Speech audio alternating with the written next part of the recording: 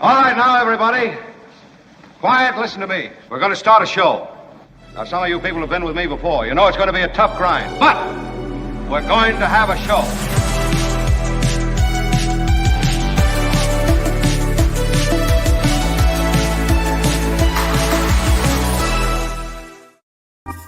What up, party people? The Friday show. It's so cool. I just am lost in the cool, you know.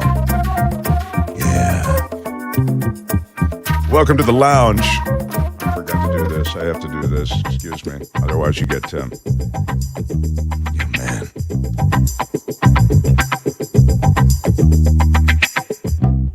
What up, everyone? It is a pleasure to have you in the mix. We've got the full crew for you. Fabulous producer John Daly. Good morning to you. Morning. Morning. And good morning to Kim. Morning. And good morning to Tony. Morning. And good morning to all the boys and girls. Morning. Yes, the older boys and girls. Morning. And the younger boys and girls. Morning. Yeah, the Jewish boys and girls. Morning. The Catholic boys and girls. Morning. The Muslim boys and girls. Morning. The white boys and girls. Morning. The black boys and girls. Morning. The otherwise ethnicities, boys and girls. Morning. The Asian community that we love. Morning. Who am I leaving? The Pacific Islander. I'm Morning. getting to the veterans. It's a big Veterans Day, everybody. Come on for my veterans. Shout out to my veterans. Yeah, never easy. And I'll tell you, people join the military for any number of reasons. But it is true that it's a service that you never know, in a sense, what to expect. There are people who join the military, as you're well aware, because it will pay for their education. There are people who join the military because they're out of other options. It's rescued many people from lives that would otherwise might be informed by problems. There are others who are drawn by patriotism and by wanting to serve the country. If you haven't seen the documentary, now I just spaced what it is. The guy who went to Afghanistan to after 9/11. After 9/11, many were inspired to enroll in programs that either were pre-military or enlist as military people. And he's the former ball player. I can't believe it may be the best documentary I've ever seen. Pat Tillman. It's called The Tillman Story, I believe. And you'll find Google it. I'm pretty sure it's called that. And He did not survive. Yeah. He did not, but his story is a powerful one, and it's a complicated one. And oftentimes, those who've served in the military have complicated stories to tell. They're stories of patriotism, they're stories of sacrifice, and they're also stories of triumph. I think the Tillman story is a story with all of those things and more. He was a very high-profile NFL player, and at the time, his enlistment in the military was used for propaganda purposes, but it was a righteous, you could say, use of his name initially, and then it became more complicated. But Veterans Day, I do celebrate all veterans. I think, as I was saying, the sacrifice is substantial, and you just don't know how big a sacrifice you may have to be making. I think that's an extraordinary thing. Welcome to the show. We've got a lot to do on a Friday. By the way, there's a Veterans Day parade that Kim was mentioning in Petaluma, right? Yeah, it's one of the largest in the North Bay. Come on, they actually, everybody. I know. They have actually tanks roll down the streets of Petaluma and a flyover with a military aircraft. It's a big thing. Wait, there are tanks, so is Donald Trump going to be there? Well, yes, we think maybe he'll be waving from the top, but we're not sure. Otherwise, he's going to be very jealous. I remember, as do you, because of that reference, the insistence that Trump had on wanting a big military parade along the lines of what he saw in other countries in Europe, frankly, in other authoritarian regimes like North Korea, Russia. He wanted that strongman image, clearly. And you'll recall that, and I think in Petaluma, there was this same conversation. That's why I mentioned this part. The mayor of Washington, D.C. said, please don't have, tanks rolling on our streets and all the rest. First of all, it's a questionable 4th of July thing. I mean, the 4th of July is not about the military per se. It's about freedom. It's about a lot of the values that we try to uphold goals that we have to uphold in America. It's not all about upholding those goals with military force. But put that aside. That's a sort of philosophical question. The mayor said, please don't have these tanks rolling down the streets of Washington, D.C. because it tears up the streets. Yeah. And then we're stuck with having to repair these streets. It's miles of streets with these tanks rolling through them. But Trump was insistent, and they did it anyway. And then, of course, the mayor and the residents of Washington, D.C. did get stuck with that bill. Why are you yelling? And so I want to ask you, in Petaluma, was there a similar plea? Please don't have tanks on the streets of Petaluma. There was a discussion between my husband and I. He is served in the U.S. Marines. And he was thinking, I told him we have to go to the Veterans Parade because it's really cool. You're going to be amazed. They have so many, military vehicles. There's even tanks. He goes, yeah, Kim, you don't understand what a tank is. You think that, military vehicles all look like tanks. You probably don't, you don't know.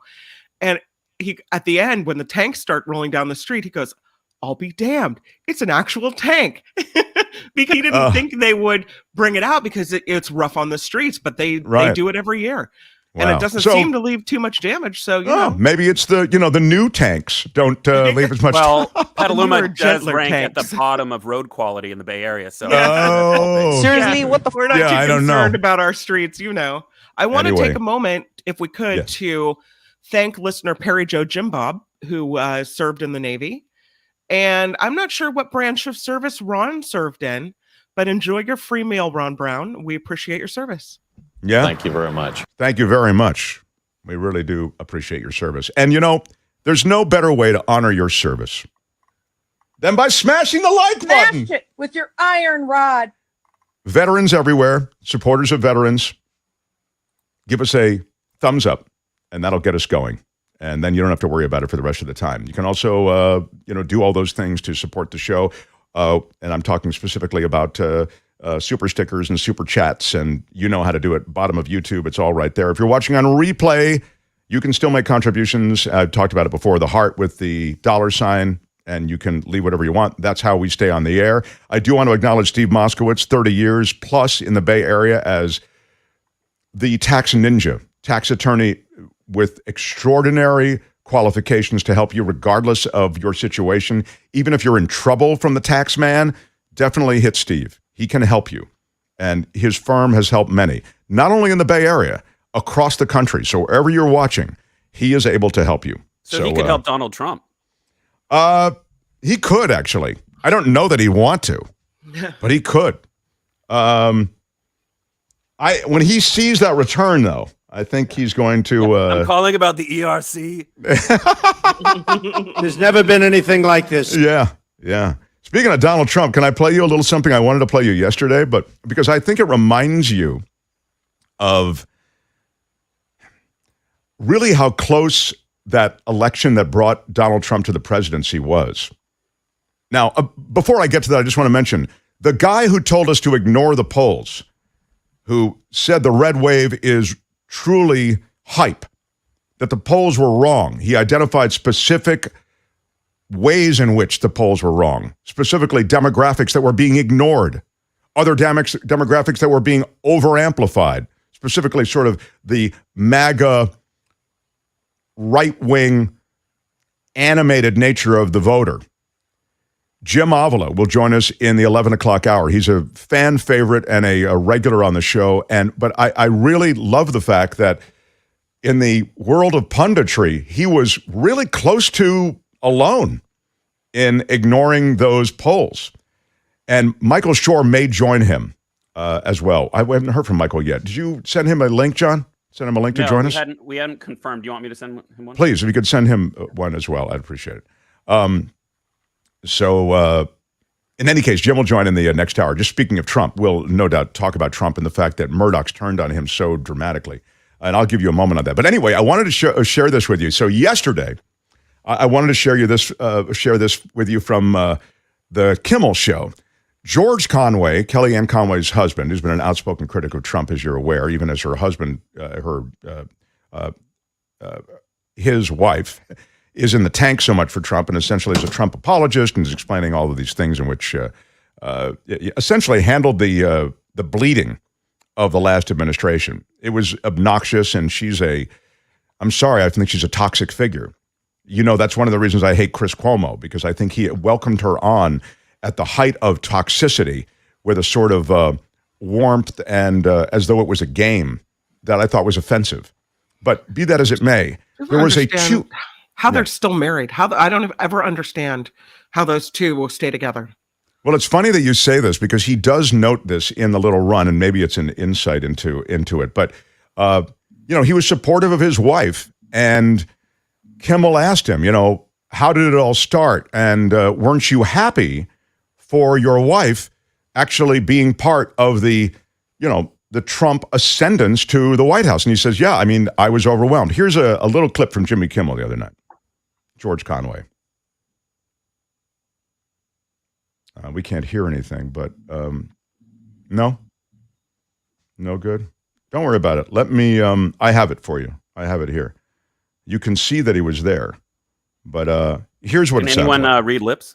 Yeah, no, here you go. You were overcome with emotion when Trump I was. I mean, won. my wife was, she's a political consultant. She had always wanted to do a major major presidential campaign. It was a pinnacle of her career. And this guy was done before she joined the campaign. And she turned it around. They got him to read the teleprompter. They got him to act like almost a normal human being for 8 weeks. And that was enough for people who said, I don't want to vote for Hillary. So she's working, Kellyanne's working for Donald. When do you start now attacking him on Twitter? I'll get back to that in a second, but I think that he just said something really important, and we lose track of it. Trump was a mess, and Kellyanne Conway probably was the thing that got him to behave, read the teleprompter. For 2 weeks we're talking about. He had enough anger and enough hate toward the libs. He was full of political incorrectness. He had enough support to make it close, right? And Hillary was not the most attractive candidate for any number of reasons, perhaps not legitimate. But in any case, the idea somehow that Trump could be healed, that he could walk on a leash for 2 weeks, that's all he had to do. At the same time, and he doesn't mention this, but I'll just remind you that James Comey, the FBI director, was dropping the fact that we're reopening the investigation on the emails, which almost seems quaint now, given the fact that Trump, was loading top secret documents into pickup trucks out of the White House, like thieves in the night. I think those two things really did, in an election that was decided in a way by just tens of thousands of votes in key states. I think that was a key reminder that, we tend to forget how Trump was just prompter Trump for 2 weeks. Keep him off of these riffs, just prompter at these rallies, which is what he did. Let Comey do a little of the rest and mix it together, and you have what happened. He won the election. So I like that he referenced that his wife was one of the main figures in making Trump behave so that he could win the election. The campaign, and she turned it around. They got him to read the teleprompter. They got him to act like almost a normal human being for 8 weeks. And that was enough for people who said, I don't want to vote for Hillary. So she's working, Kellyanne's working for Donald. When do you start now attacking him on Twitter? It took a while. A while. How many months? It took probably a year and a half, although there was one early tweet where he just said something so freaking insane that I just sort of tweeted something out, and then all of a sudden I got 50 phone calls, and the press started calling, and I kind of tamped it down, and I kept my mouth shut for a while. What was it like that first time when you tweeted something, and then Kellyanne came home from work?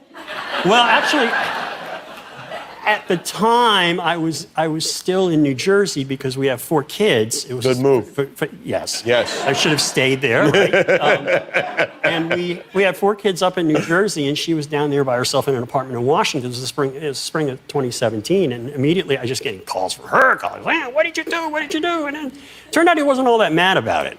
Really? Yeah. What about this? Trump tweeted, referring to you, he said Loser, you calls him a are loser? a stone-cold loser and Yes. husband from hell. Yeah. And this, by the way, is a guy who had sex with a porn star while his wife was pregnant. So for him to call you the husband from hell, that is meaningful. Yeah, you made that point very well when Eric Trump went after me like that. Said, Oh, that's right. You said, oh, wait till he hears what Daddy and Stormy did. So that's George Conway on Kimmel. I just thought that was revealing, you know. Yeah. I mean, really, to consider where you're going to take your offending remarks from, right? That guy? Yeah. Yeah. Well, by the way, nothing he could say is going to be worse than what he's done. So, okay. Right. I always thought that one of the most destructive elements of the Trump presidency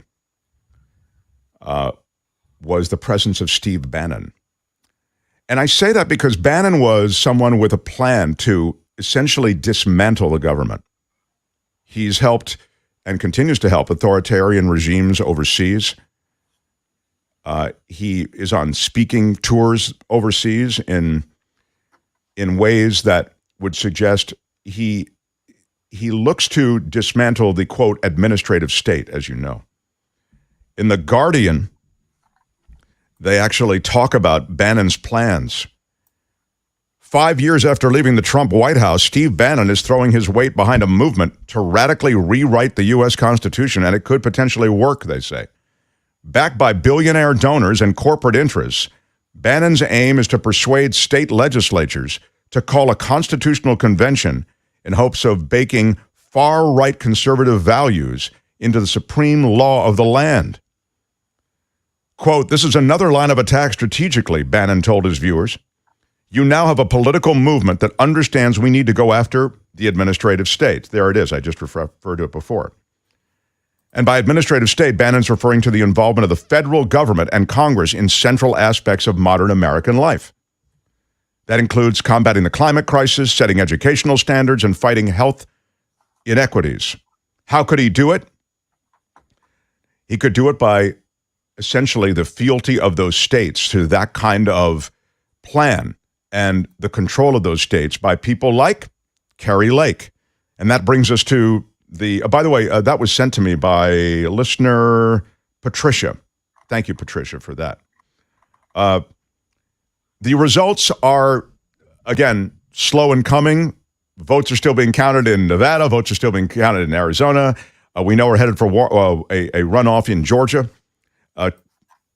Jim Avila, you'll recall a couple of days ago when he was here, was talking about the fact that in the runoff, with Herschel Walker just having to sort of stand on his own without the governor on the ballot, for example, and that he was optimistic about the possibilities of Herschel Walker going down in runoff. So there's that. Looking at just social media. Yeah. Meantime, what's happening at Twitter? The chief information security officer has quit. It appears that company is in a free fall. Am I wrong? You're down to 5% battery. You're down to 5% battery. Oh, that's so good. Fabulous producer, John Daly. The former chief information security officer, CISO is what they call it, Lee Kistner, said they were looking forward to figuring out their next steps, but that Kistner's made the, quote, hard decision to leave Twitter. "I've had the opportunity to work with amazing people, and I'm so proud of the privacy, security, and IT teams and the work we've done." Lee Kistner, of course, made that statement on, if you guess Twitter, give yourself a ding. There you go.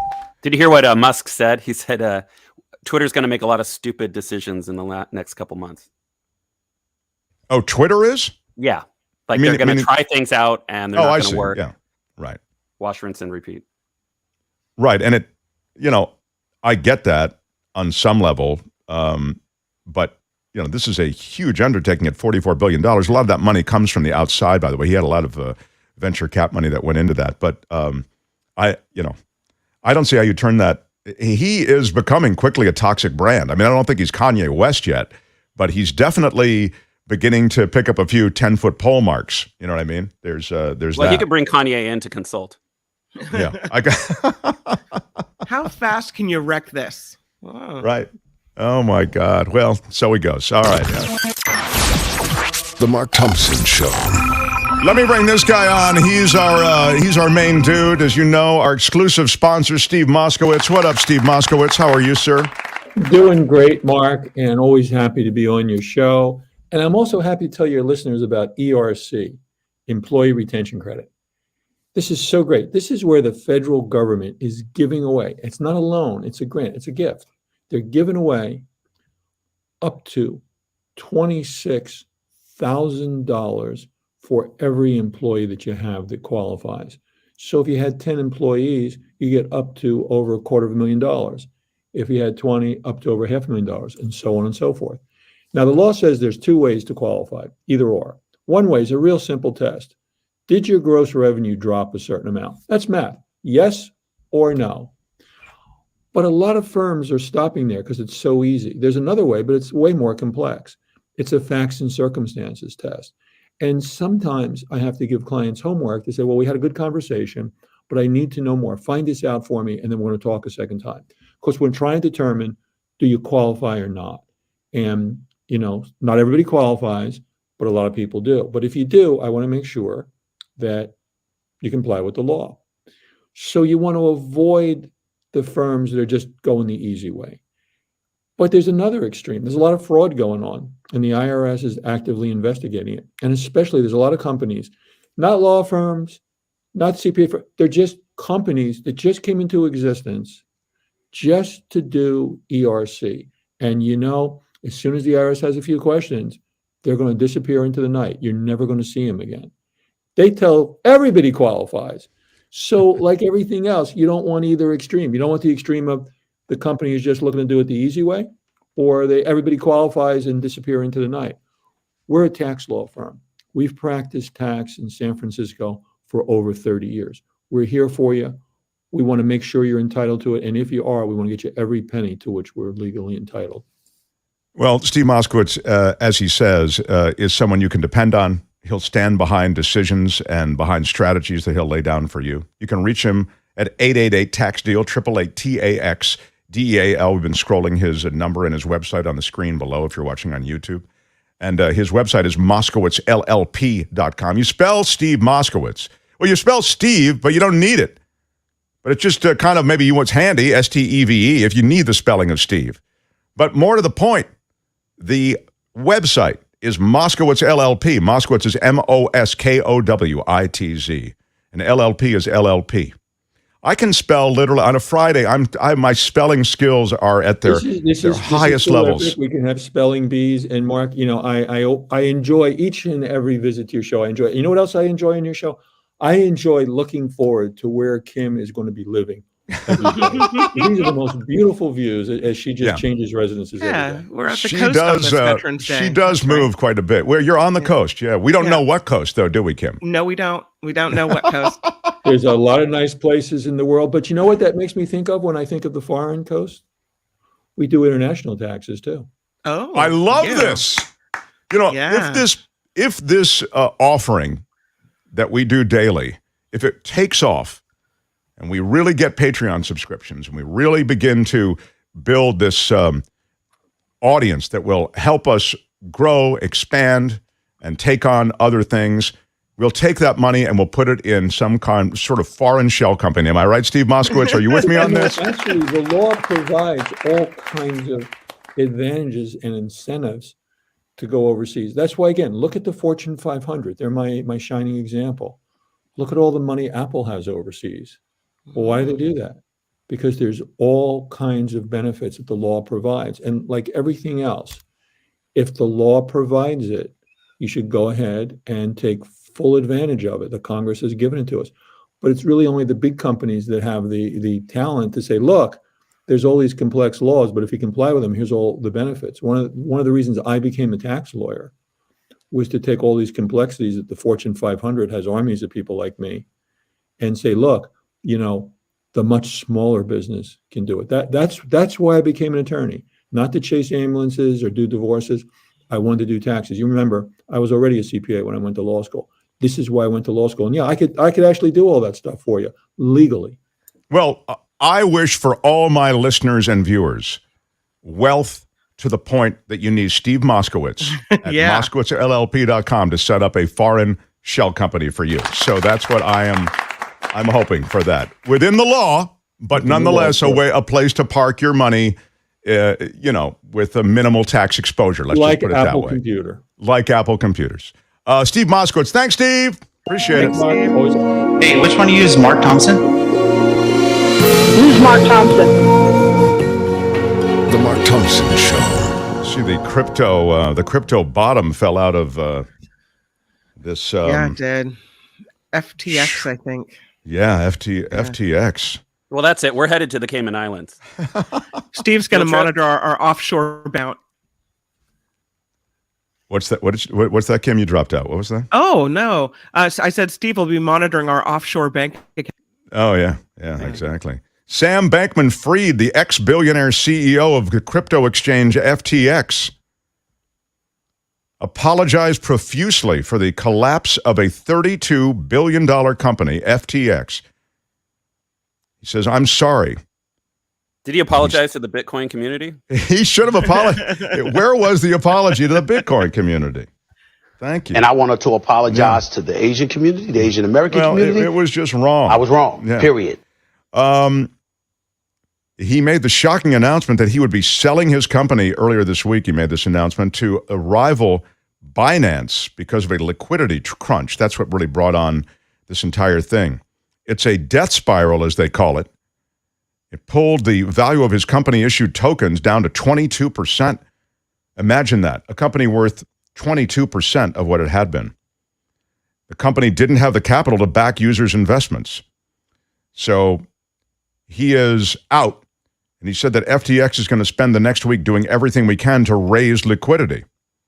FTX, just so we know, is like it's like the Morgan Stanley of it's a trading platform. I think of it as E-Trade almost. I guess it might be a better example. I believe that's what it is. It's like Coinbase, if you're familiar with that.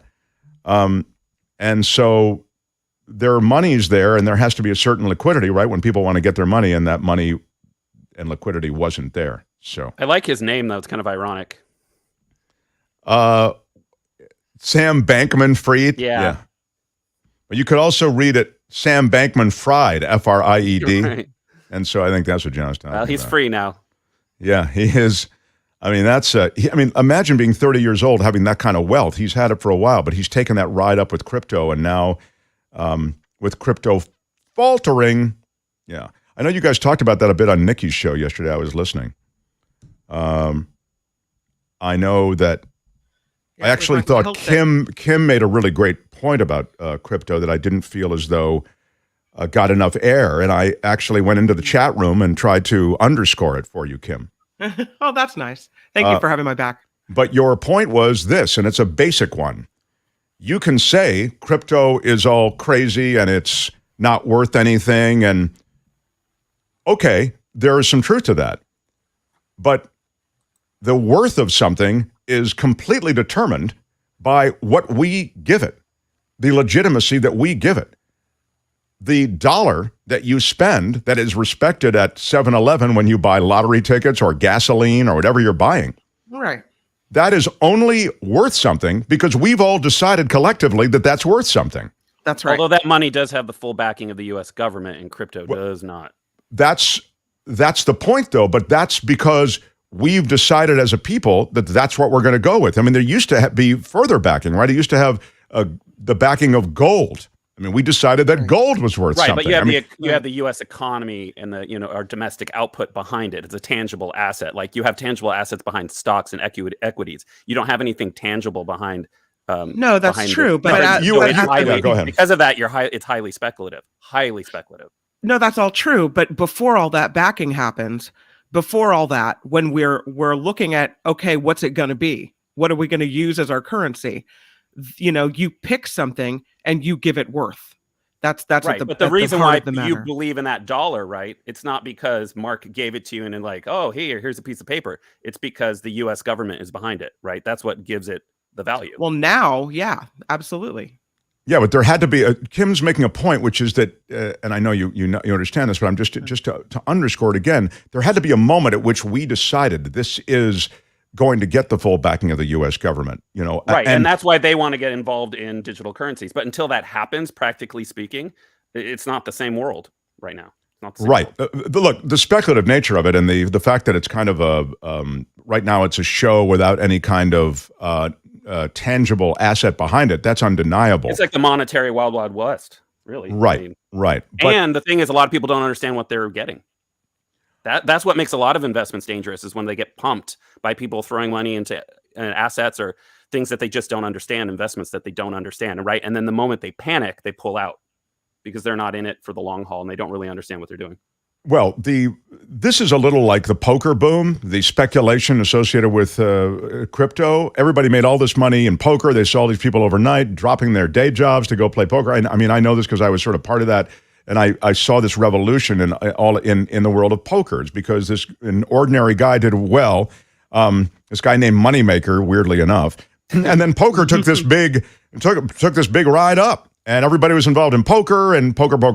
I'm quitting my job, leaving my family. I'm going to go play poker for a living. And then it busted, right? I mean, it just, you realize that it's not a real life and that there's a gamble associated with it. You need deep pockets, etc. You need mad skills to do well. Similarly here, what you were hearing was a few people making $1 million. Oh my God, I just got into this cryptocurrency, Bitcoin, Dogecoin, whatever it might be, Ethereum, and it took the ride up. And my God, we made $500,000 last week, my wife and myself. And you go, oh my God, I want to be part of that too. And it got this Fortune rush. favors the brave, right? Yeah. Thank you. And that was it. You got to be in it to win it, right? And so I think those are the realities concerning the crypto world. Now it's kind of coming back to earth, but it ain't over. It reminds me of the first .com boom, remember? Everyone was throwing their money in, and most people did not understand the internet, right? And they're like, that's a better this person's example. Making money. This person's making money. That person's making money, right? Yeah. Wait, you could buy your dog food online? I'm in. You can That's buy right. whatever. You can buy. You add a .com to whatever, right. and yeah, I think that's a better example. Really, really good. We do Florida next. Thank you for being here. Smash the like button. We appreciate all your support in all the ways. We'll go down some super stickers, and we'll also go down some super chats next, and we'll get into Friday Fabulous Florida as we continue. Mark Thompson Show. I'd be willing to bet my lunch that there's alcohol involved.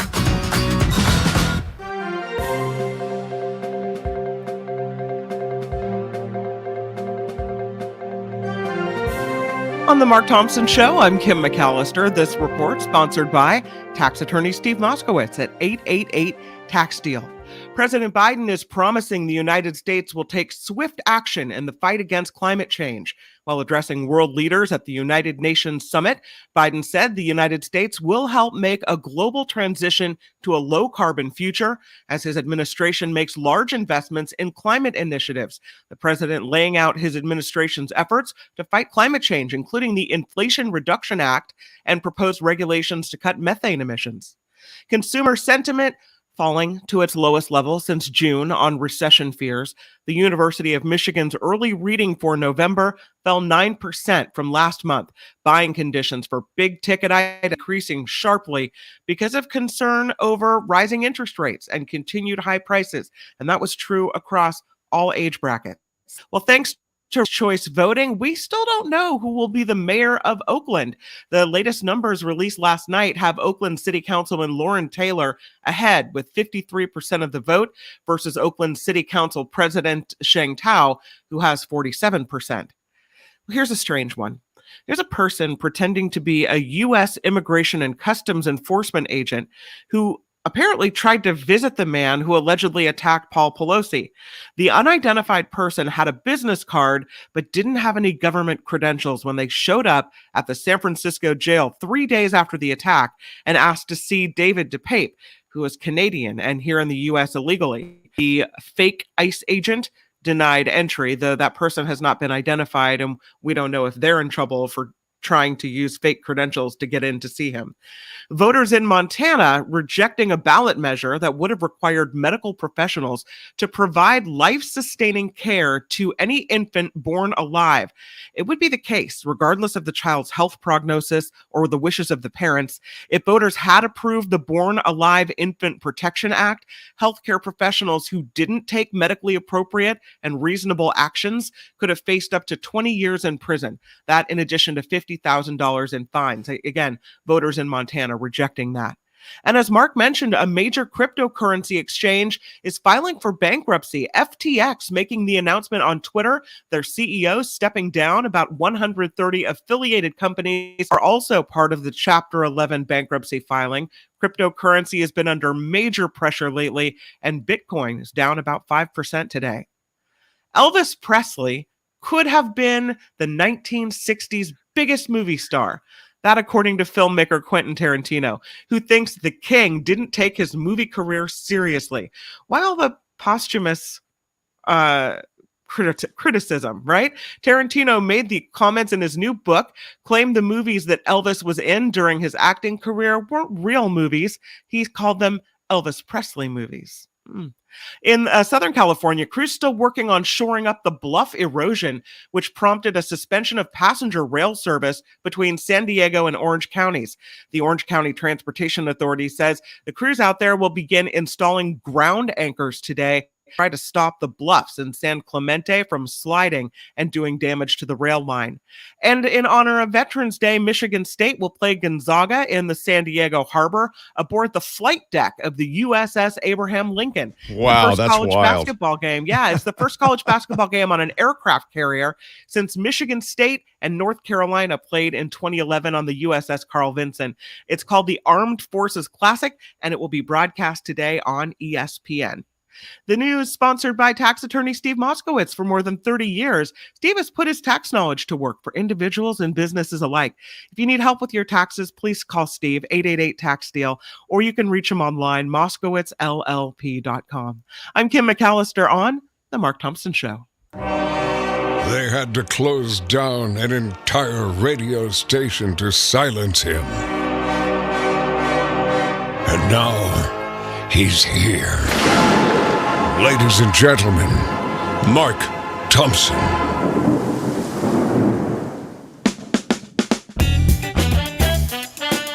The Mark Thompson Show. What up, everybody?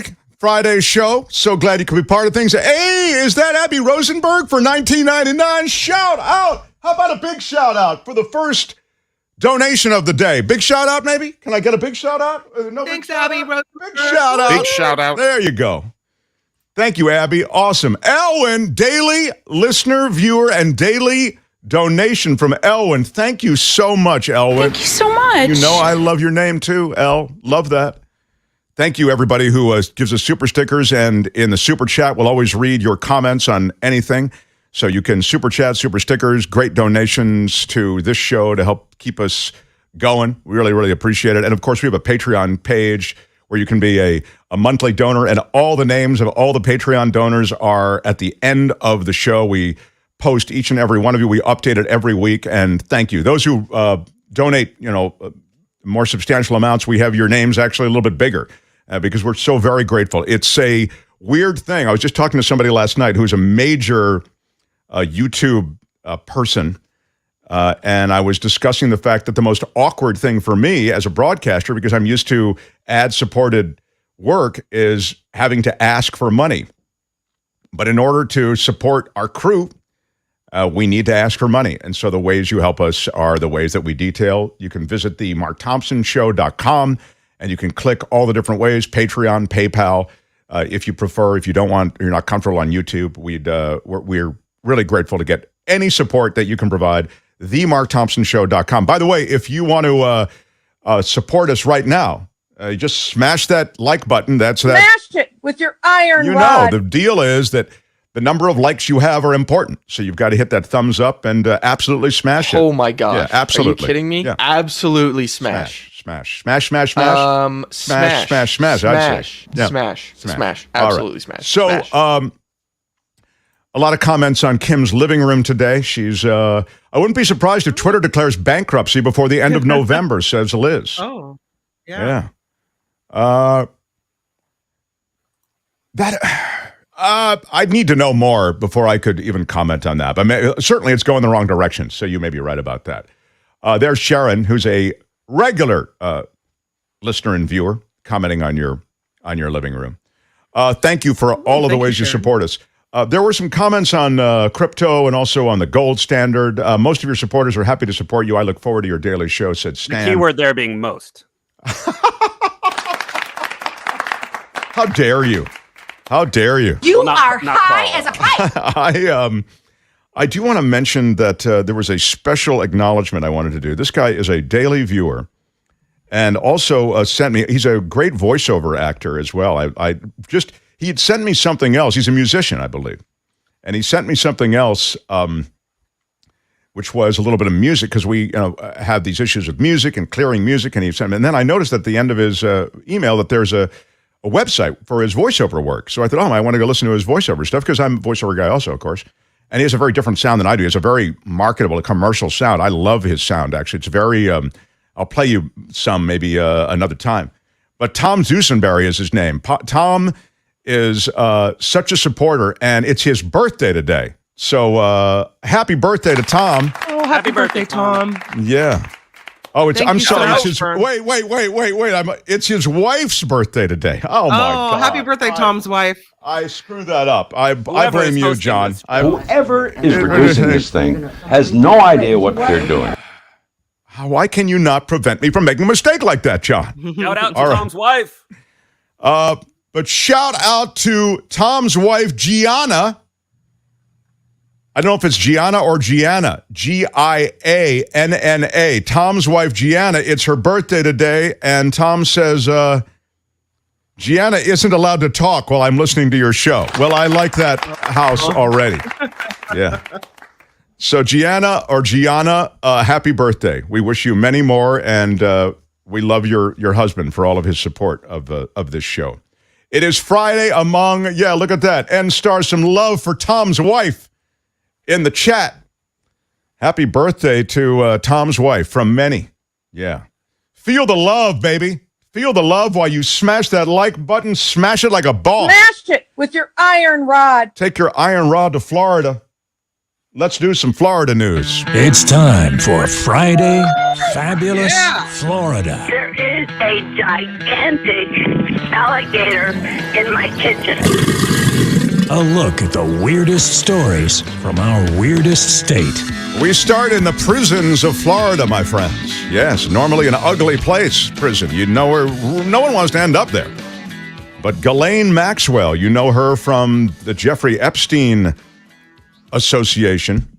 How could we forget She's her? Behind bars. How could you forget her? Hello, I'm with the Jeffrey Epstein Association. Do you have a moment?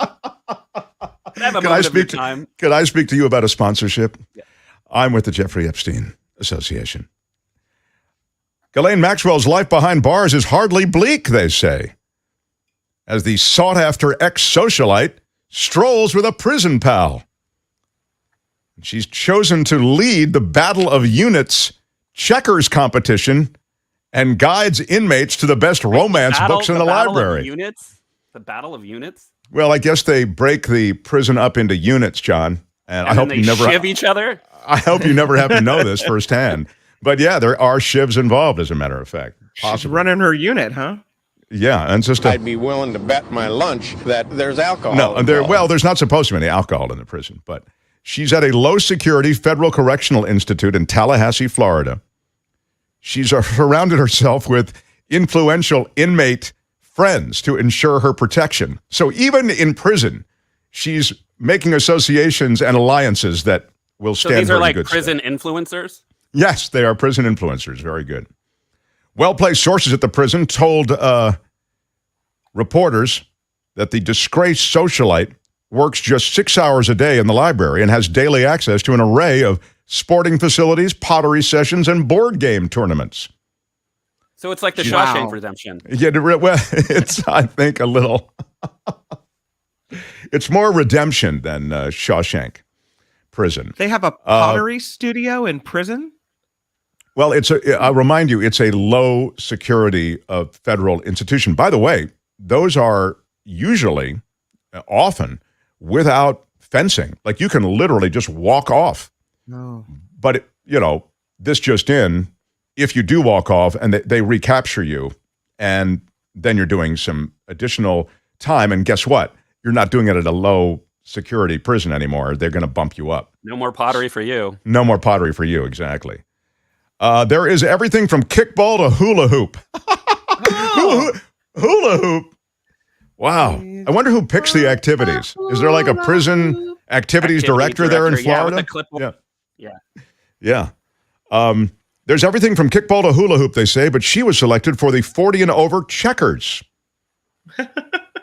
The winning unit is rewarded with a really good meal, like chicken wings and pizza. That's considered a gourmet delicacy compared to the unusual food they are served. 30-something checker group is really tough.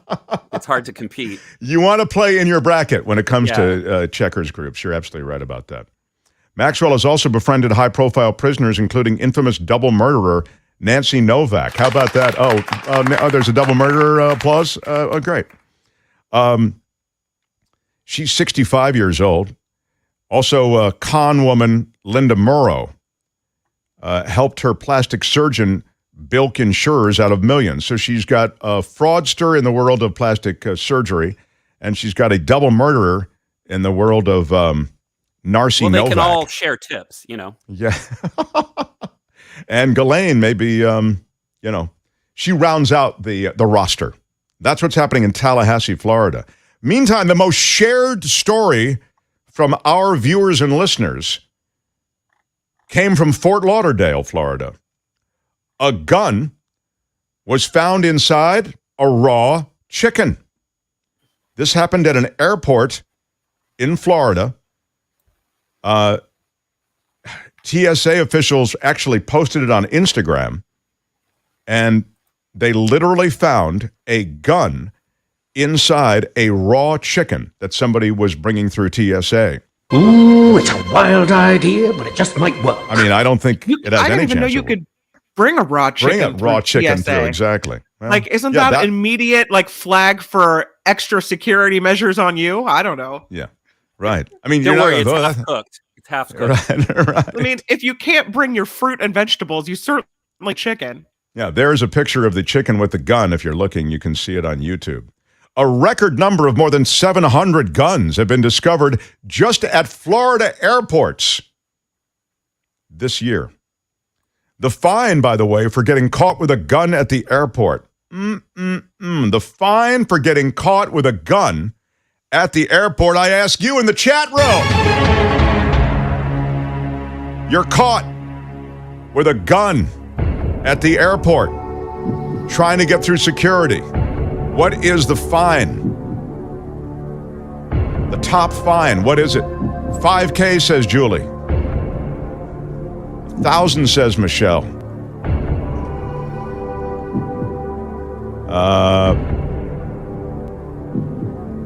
Anybody? Oh, $1,000, says Kathleen. More than John the cost says of a 10,000. Costco chicken.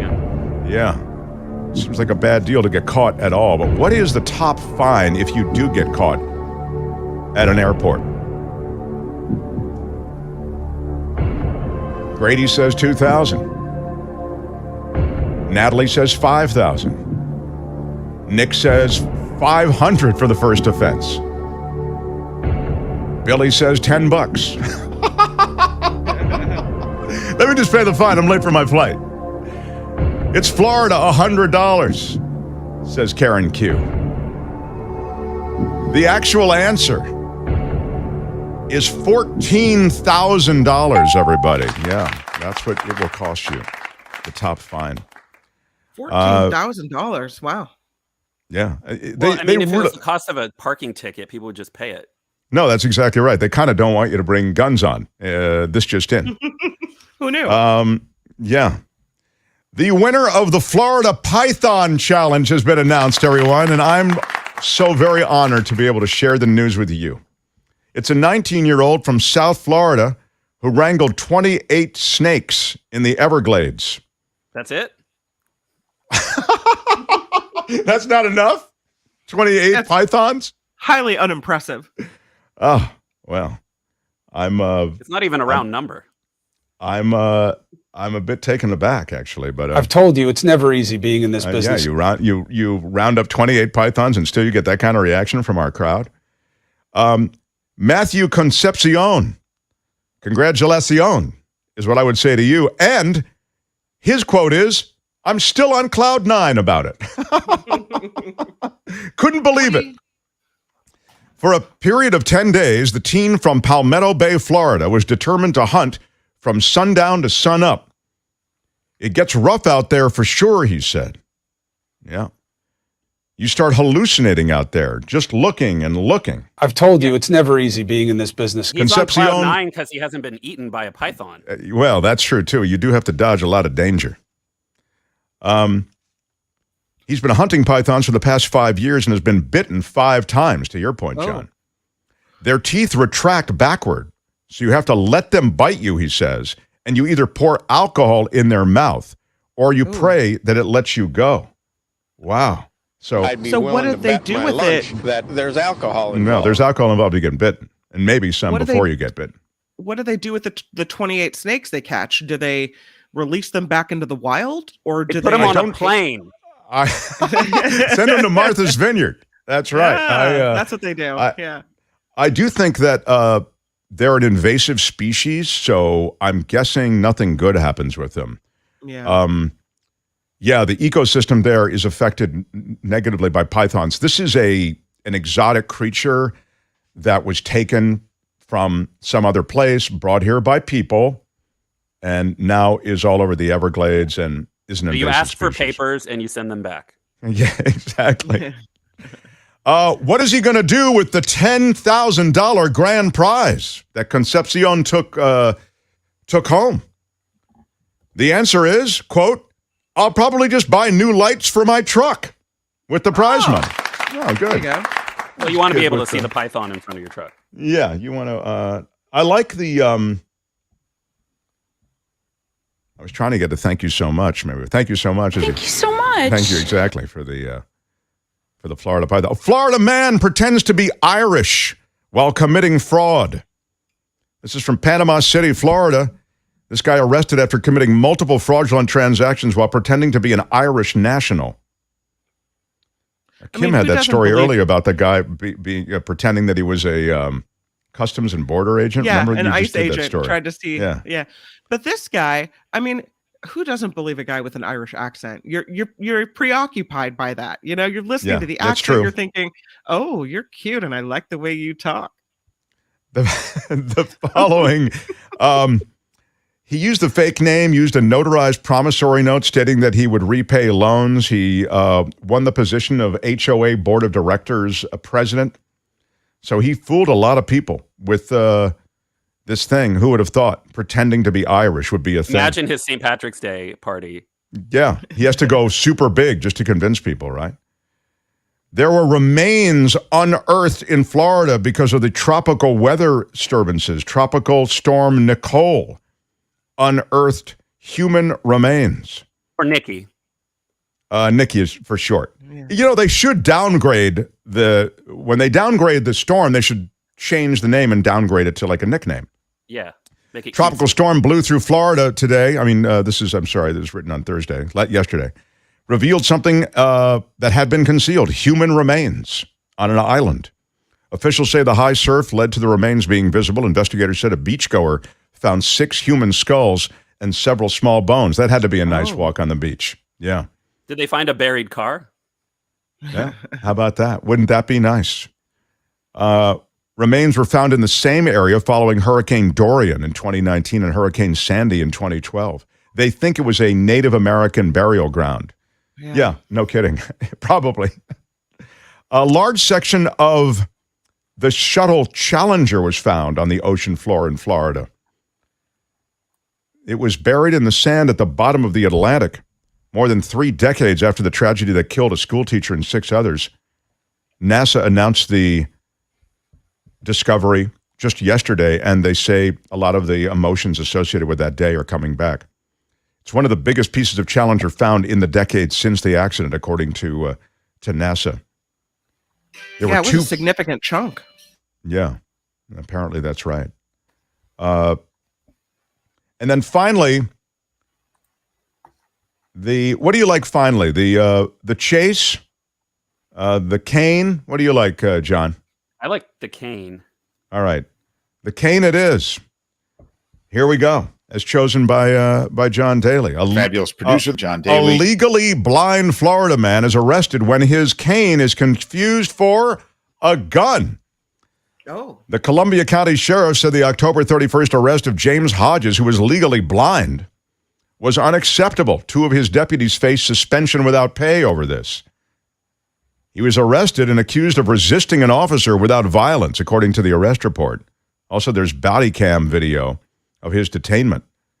And he's got this cane. It's one of those foldable canes. I don't know what the issue was, but I don't think the officers are legally blind. yeah, it wasn't inside a chicken or anything. It was not like he was trying to smuggle it anywhere, is the point. But they thought it was a gun, and so they nailed him.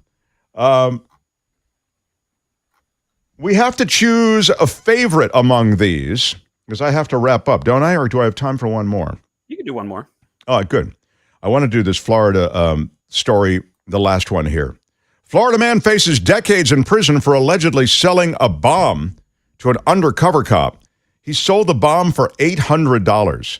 I love the numbers in Florida when people are working some kind of scam. They're usually so low because people are just trying to get enough money to do whatever,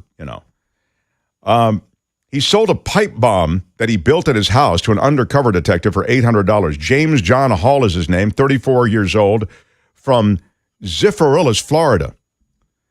He was arrested this week after the cops working with an FBI task force said that he told a confidential informant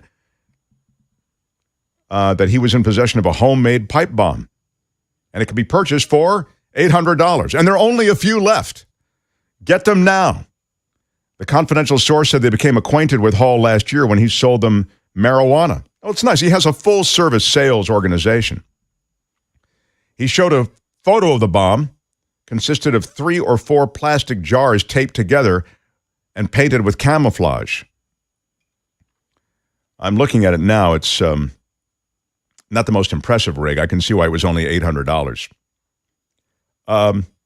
That's still a discount price, though. Yeah, I mean, it's... he is maybe facing $7.99. One count of unlicensed distribution of explosive materials, 1 count of possession of an unregistered destructive device, and 1 count of unlawful making of a destructive device. So, If you get it in order, you get extra points. well, it's the 1 count of distribution, 1 count of possession, and 1 count of unlawful making. So, we must choose a favorite. Well, I'll review them for you again, and we can review them in the chat room. You can pick out a favorite. The first is Ghislaine Maxwell, her cushy regiment at that Florida prison. She's hanging out with the high-end criminals, double murderers, and fraudsters. She's leading the checkers unit to victory, the 40-plus checkers unit. TSA finds a gun hidden inside a raw chicken at a Tallahassee airport. A teenager wrangles 28 snakes. He's winner of Florida's Python Challenge. A Florida man pretends to be Irish while committing fraud. Human remains unearthed after the tropical storm Nicole, and a large section of the Space Shuttle Challenger found as well. Those are 2 different stories. A legally blind Florida man arrested when the cane is confused for a gun. And then, finally, decades in prison for a Florida man who tried to sell a bomb to undercover cops for $800. What's your favorite? In the chat room, we will look. Help me. Snake Boy for Billy. Guns in the Chicken for Liz L. Mike Garcia says chicken. I think chicken's going to win this. If I had to. Gun and Chicken from Joe. Snake Boy from Joanne.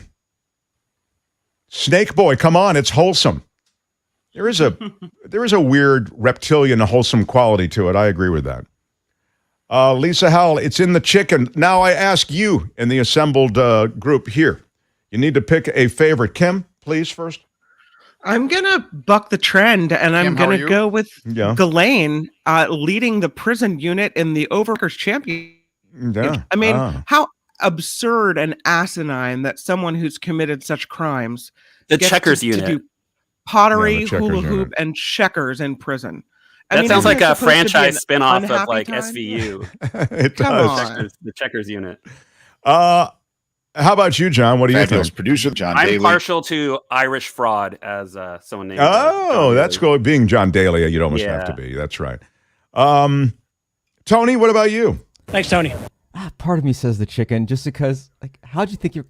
It's still a You gotta raw get away chicken, with man. Yeah, Therefore, it's what just do you weird. think? Like, yeah, why There's could you have nothing about found that something? works.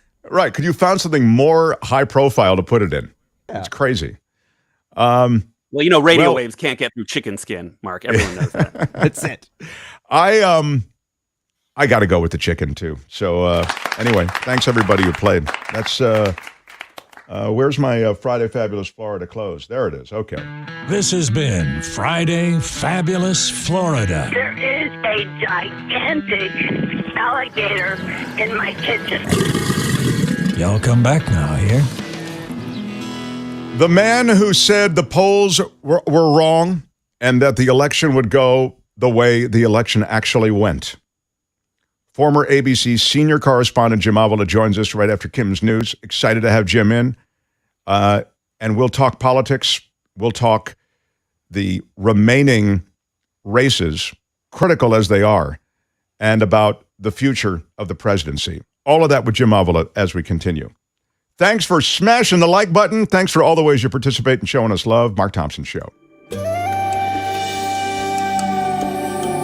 The Mark Thompson Show.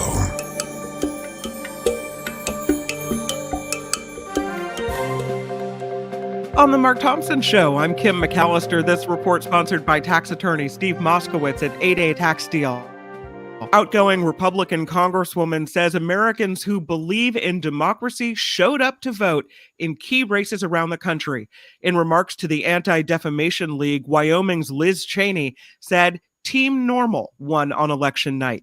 Cheney adding former President Trump was rejected by voters this week. Cheney is leaving office at the beginning of this next year after losing her primary. Vice President Kamala Harris is honoring military veterans at Arlington National Cemetery. In a Veterans Day speech, the Vice President paid tribute to all those who have served in uniform to defend the country's most sacred values. She said Veterans Day is about coming together to express our profound. Federal regulators closely watching Twitter's moves under new owner Elon Musk. A spokesperson for the Federal Trade Commission said the agency could hold the company to specific security and privacy standards, that under a recent settlement. This comes after several key security and privacy executives resigned or were dismissed following Musk's acquisition of Twitter. California is taking action to stop water from being contaminated. The Attorney General for the state says toxic chemicals have been getting into rivers and lakes, ending up in homes, on clothes, or worse, in the bloodstream of nearly every person in the state. He is suing 18 chemical companies, accusing them of endangering public health. The two biggest, 3M and DuPont. Rob Bonta claiming they knew or should have known that the chemicals they produce are dangerous, calling the damage nothing short of staggering.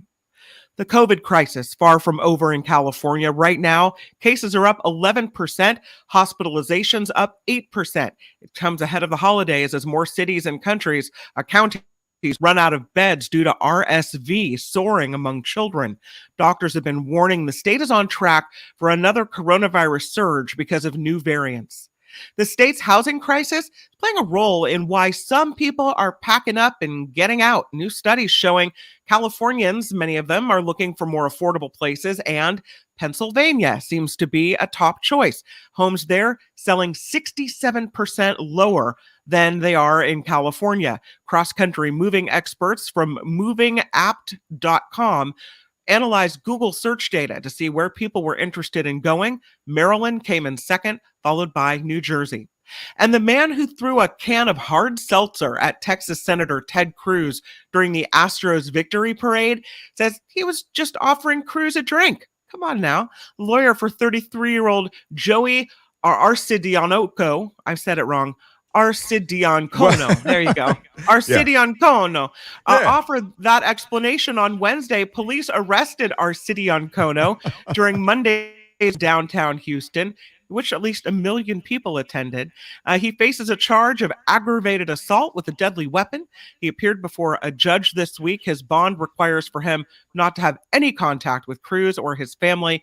Again, the reasoning for the throwing of the drink, just offering Cruz a beverage. You know how it well, that's the stated reason. I don't know if that was the actual reason. Throw him a beer, man. Come Throw him on. a beer, baby. What's the big deal? Yeah, go ahead. This report, sponsored by tax attorney Steve Moskowitz for more than 30 years. Steve has put his tax knowledge to work for individuals and businesses alike. If you need help with your taxes, give Steve a call, 888-TAX-STEAL, or reach him online. It's moskowitzllp.com. I'm here on The Mark Thompson Show. They had to close down an entire radio station to silence him. And now, he's here. Ladies and gentlemen, Mark Thompson. Feel it in your soul. The Mark Thompson Show. Oh, I don't know what that was. What up, everybody? Yeah, kind of an abrupt shadow. Can we get our act together on that? I love it. I love it. Well, I do want to... I'm Shadow Stevens for the Mark Thompson Show. No, okay, Shadow. Thank you. By the way, Shadow will be in for the holidays. He's going to come by, so you'll be able to... Maybe he can do some of our stuff live, and you'll get a chance. He's a super interesting guy, too. Are we going to bake cookies with Shadow? Well, you know what, Kim? It's an open question. Maybe we will bake cookies with Shadow. I rather like it. I'm astounded, before I bring Jim Avila on, astounded by the level of donations from Kathleen Chan. $50. Don't, Kathleen, don't make me cry. Don't. I'm not going to cry. I'm not going to cry. I'm not going to cry, but I am going to say big shout out. Big shout out. Yeah, very, very cool. Thank you so very much. Andreas Musaris with $20. Thank you so much. Thank you so much, Andreas. And you were very generous yesterday as well. Thank you for being... Andreas, so kind. Yeah, so generous. I know he supports Nikki's show, too. So really, really cool. Kevin Hobbs, thank you so much. Thank you so much. Thank you for the $20. Kevin, shout out on a Friday, Kevin. Gail Guthrie, thanks to all the veterans out there. Also, thanks to you guys for a great show. Gail with $19.99. Thank you, Gail. Thank you so much. Thank you so much, Gail. I appreciate it, Gail Guthrie. Sharon Kidd, honor of Fabulous Friday. I so love this show. Longtime listener on KGO Radio, but I love this format better. And I love the chat room. There is a community in the chat room. Thank you, Sharon Kidd. Thank you so much. Thank you so much, Sharon. Trish Manny for $4.99. Thank you very much. Thank you so much, Trish. Thank you, Trish. James Buchanan for $2.99. A super sticker. Thank you, Thank you very much.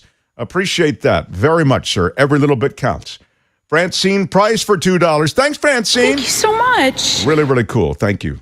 Thank you on a Friday for slipping a little something into our virtual tip jar. You can do it with the super chat. You can also do it with the super stickers. And of course, you can do it on the website with Patreon. And you can make regular contributions to the show. There's also a PayPal thing, all of that. If you're watching in replay, I should just say, again, the heart with the $sign. That's a great way to leave us something on YouTube with all those other ways. Yeah. People are so kind. I really appreciate it. We really appreciate it as a team. So thank you, everyone. It warms our heart. The KGO in Exile t-shirt that you see behind me is available to you at the Get Mark merch site, getmarkmerch.com. You can get that, the KGO in Exile t-shirt, where you can wear the rebellion, my friends. Wear the rebellion. The KGO in Exile t-shirt is available in black, and there's also a lovely white KGO in Exile t-shirt. Perhaps that's more your flavor. Whatever you like. And we have surpassed 810 viewers. I love it. Very, very cool. A lot of boys come to the yard for Jim Avila, too.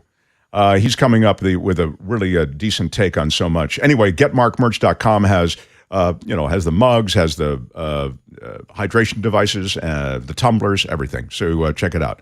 And there's a lot more coming.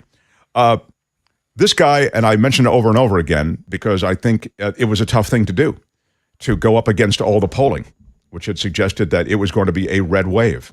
And there were all those conversations about why it was going to be a red wave, that the outrage over Roe and the overturn of Roe and the taking away of women's reproductive rights in this country, how that was something that was being bumped out of voters' minds by inflation, by outrage about crime. And certainly that was the conservative loop. Jim all along said, no, that's not the way it's going to go down. And he joins us now, the great Jim Avila from ABC News. He was the senior correspondent there, and you can still catch him occasionally on 2020, a White House correspondent for years as well. Jim, great to have you in. Thank you so much. Morning, Mark. I wonder, we're waiting now on, these counts from outlying districts in Nevada, also in Arizona on key races. The Arizona Senate race appears over, though. Mark Kelly looks to be taking that, I believe. Yeah, I don't think it's been called yet, but the numbers look really good there. And the remaining numbers appear to be in the Phoenix area, the Tucson area. The caveat on that, and it's really not so much in the Kelly race, but in the Kari Lake race, is that the last election, so these are mail-in votes that they're called the late earlies because they were dropped off late, either at drop boxes or mailed in late. And those tended to skew a bit Republican last time. So that is a problem with the Kari Lake race for governor. But Kelly has such a large lead that it's doubtful that will be overcome. And Nevada looks pretty good. Closing. Every time they release something, the Democrat there in the Senate race is, in fact, catching up to Laxalt. And there's enough votes there that most people are saying that the trend is looking good for that. What's important about all that, of course, Mark, is that if Democrats win those two, Georgia's gravy. So even though Warnock probably is favored in Georgia, that really just means 51, and you don't need Kamala Harris to cast the winning vote every time. And it also gives you a little breathing room when you talk about Joe Manchin. So right now, things look pretty good in the Democratic side. I'm wondering if we can go to the GOP for a moment, because there's a festival of, they are essentially eating Donald Trump for breakfast now. Yeah, I mean, Donald Trump is on the lunch menu, and they are eating him. Rupert Murdoch, I think it's not in any small measure big news. I mean, it's big news that Rupert Murdoch has turned on him with his publications. I'm talking about the Wall Street Journal, the Daily News, or the Post, and also, this is perhaps more important, Fox News Channel, which is where so many of these voters who are in this conservative feedback loop are getting their news. And Michael Shure joins us. I should just mention, wasn't sure. Yeah, hey, Michael Shure, nice to have him in the. Thank you. In the mix. Thanks to the fans, as always. Yes. So we just were turning. We kind of were checking off on races, and now I was just going to ask about what's happening in the GOP. They're, in a way, I was saying they're feasting on Trump, but they're reorganizing, I guess, is what I'm getting. And the turning of the Murdoch communications monster on Trump and toward DeSantis, that's no small deal. It's no small deal. It's also too early, really, to, I think, gauge what the full effect is going to be. We're going to see a runoff in Georgia over the next 4 weeks. It's going to see sort of the disposition of the party. And then I think you're going to also see what happens in the way that Kevin McCarthy tries to wrangle, if he's the going to be standing for speaker and they're in the majority, how he's going to wrangle his party. It's going to be really tough to lead that party now. And I think that what you're going to see is the Republicans trying to figure out how to reckon. Trump helped in some places, MAGA helped, but in the big picture nationally, it took a real drubbing the other day. And I think they're going to have to sort of sift through how to deal with that and how to appeal some of the people who got there because of Trump, but most of them didn't in spite of him. Jim? It was refreshing, though, to hear Laura Ingraham on Fox News turn on Trump. I just sat there and let it flow over me as she said that the Republican voters are tired of being run by ego and want people to turn to their issues and not be so concerned about themselves. Clearly speaking about Donald Trump. And even, I haven't heard Hannity yet turn on him, so I don't know yet. But across the board, they are, Ron DeSantis is their new hero. And I think that's going to be the case for a while. But if Trump wins, announces and wins the primaries, Fox will turn all around. And they're not going to turn back a Democrat. Suddenly Trump will be a hero again. So it is short-lived, but enjoy it while you can. When you say if Trump wins, you mean, I understand if he were to actually, there's a lot of real estate between now and him winning anything. I don't know what you mean by that. Primaries, I'm talking the about. Primaries, okay, yeah. But I think the other delicious thing, and I've heard this from listeners, I'm sorry to use the word delicious, but it just seems like it may be appropriate to watch DeSantis and Trump go at each other, and then there might be even a Mike Pence dash in there as well. It will be a little more of a bloodbath than it was the last time.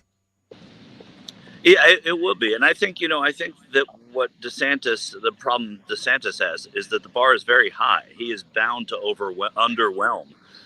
He is not this dynamic Trump-like figure that a lot of the Republicans have become accustomed to responding to. And while he has been popular in Florida, he barely won his first race. He won handily against sort of a retread, and I think the Democrats regret the candidate they had there in the same way that Republicans regret some of the Senate candidates they put up.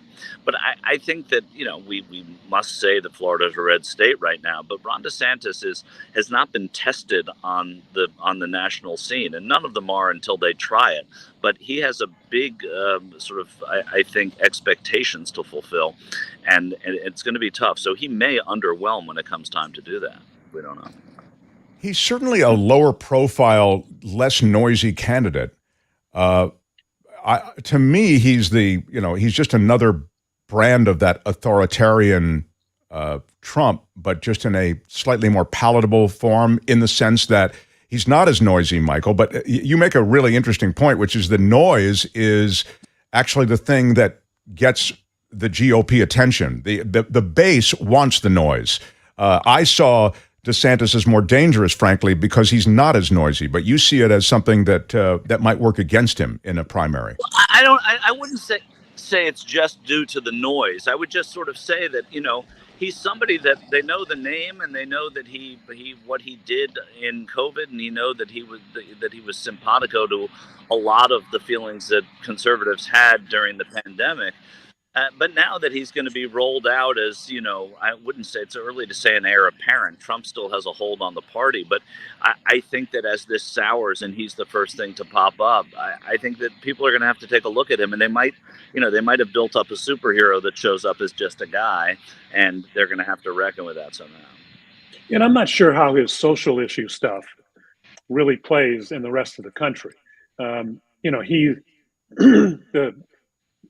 gay community, the transgender community, he is enemy number one. He is constantly using this. His big phrase is he's against the woke culture. And while that plays in Florida, I'm not sure that's going to play that well in the Midwest and in some of the other places across the country. Though it is consistent, Jim.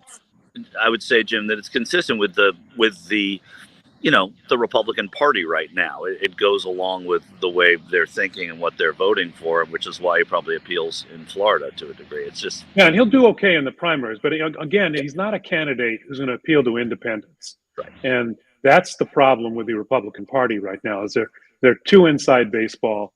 That's the problem with Trump. He's got his 35%, and they can't expand, and that's what they saw in this last election. Is they can't expand. It wasn't just. I give women a tremendous amount of credit, and young people, but it wasn't just them. It was independents who rejected the anti-democracy platforms of the Republican Party and the election deniers. In most cases, there are some that did win, but Mastriano in Pennsylvania ruined the Republican chances up and down the ticket. Pennsylvania went almost completely blue because of that, and that is really a problem for them. And Mark, it's your show, and I don't want to take it over, but I do want to talk a little bit about if we can. I'm interested in Michael's take and your take on the media, and have they apologized enough, about what they did? I mean, I read Nate Cohen's quote unquote explanation / maybe apology in the New York Times, and he is still wrong. He is claiming that the Republicans, that they were right in every place except where democracy and abortion was on the ballot, that the polls were right. Okay, well, so what? If the democracy and abortion were on the ballot all over the country, and that's in fact what messed up the Republicans. And to give the kind of weak explanation about why the polls were so wrong, I'm a big fan of the New York Times, but that is embarrassing, and they really should. They could. We're lucky in that it caused, actually, I think, a Democratic turnout. They were worried, but it could have actually discouraged voters, and that was dangerous. Yeah, I agree, and I'm giving them a little bit of benefit of time. It just happened on Tuesday, and it takes a little while to figure these things out. Generally, I mean, you've covered so many news stories, breaking news stories, Jim, that that what you learn on hour one is different than week two in terms of how you learn about things and how people respond to them and what is sort of gleaned. I think that everybody was kind of shocked, and I think the people that do the polls and the people who cover those polls have to figure out how to respond to what happened, and it doesn't happen in a couple of days. But there's no question that polling is flawed, the way the media covers polls and relies upon those polls and what those do to the body politic completely. It's skewed, and this election proved that. That in big ways. We're going to have to look at the way we poll America. Mark, you and I have talked about this before, and polling is something that has not figured out completely how to get by new technology and new habits. The way we work in different ways now, literally work. And the reporters have to stop in Washington, and you've been in this as I have, Michael, in D.C., covering politics. They got to stop talking to each other, stop reading each other's articles, and repeating what everybody else is saying. It does take some cojones to stand up and say, wait a minute. The only one that I know that was really saying it out loud was Matthew Dowd, who was a commentator on MSNBC and a friend of mine from the ABC days. And he was saying strongly, wait a minute, women and young people are going to come out, and this is not going to be a red wave. On the chat line, Katie Lynch says, to me, the red wave predictions took on the tenor of a Karl Rove talking point. Say it often enough, and it will be. I wonder if the GOP will back away from that ploy. No. Yeah, they will. I don't think they will, because it still works. I think we're going to look at this as the abortion election, and I think that it was impenetrable. And that was the one thing that people didn't predict. We talked about some of these poll numbers out of Pennsylvania. CBS, CNN both did polls that showed abortion was 36 or 38% of the vote, down to another 9 or 10 points down to inflation, which everybody thought was going to play a bigger role. Crime, 10 or 11% of voters, only 10 or 11% of voters said that was the number one issue for them in Pennsylvania. So there you have it. The Republicans thought this was, and the media followed, thought this was an election on crime. In some places it was. I would argue New York State is one of those. But in the big picture, this was the abortion election. And that's kind of, that could be dangerous for Republicans to dismiss it as that, and it wouldn't happen next time. Just as dangerous for Democrats to think that this is going to be a trend, because this was a one-issue election. And what the Republicans do too, Mark, if I just make one point here, is that they send around these junk polls that are not, they're not really well vetted, and they're not, they lean in their way, and reporters read those, and it gets in their heads, and it's just, they do a good job of that. In 538, which is now owned by ABC, they aggregate, and they're aggregating some of those polls that go into the mix.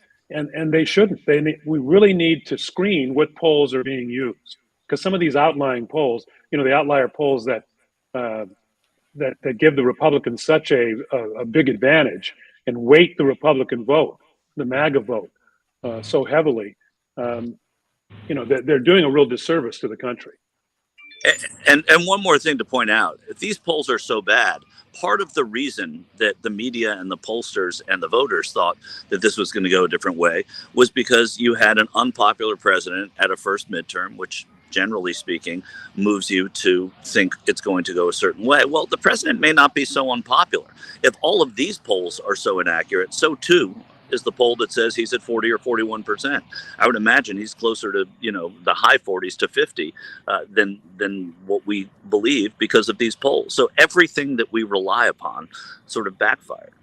That's such a key point. And frankly, it's a point, as I recall, that you have made, that we talk about polls a lot. Michael's right. In the run-up to this, we've really done a lot of focusing on the polls and the accuracy of them. And the point you were making about approval rating is one that you've made repeatedly, which is the days of the approval rating being over 50% are pretty well done. I mean, just given the factionalized nature of politics in America. And Michael, you made the point that we have to start getting used to these lower approval ratings. And then I think you're both kind of making the point that the approval rating per se may actually need a big question mark over it, just based on the flaws in the polling process.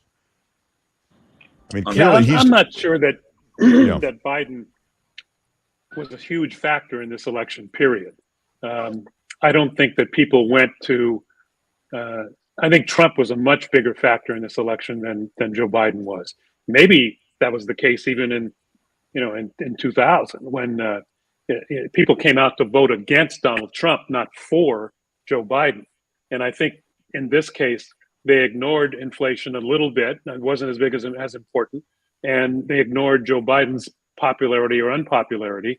He is what he's done. If you ask about what he has done in individual programs, the infrastructure bill, those things poll very well. Abortion polls very well.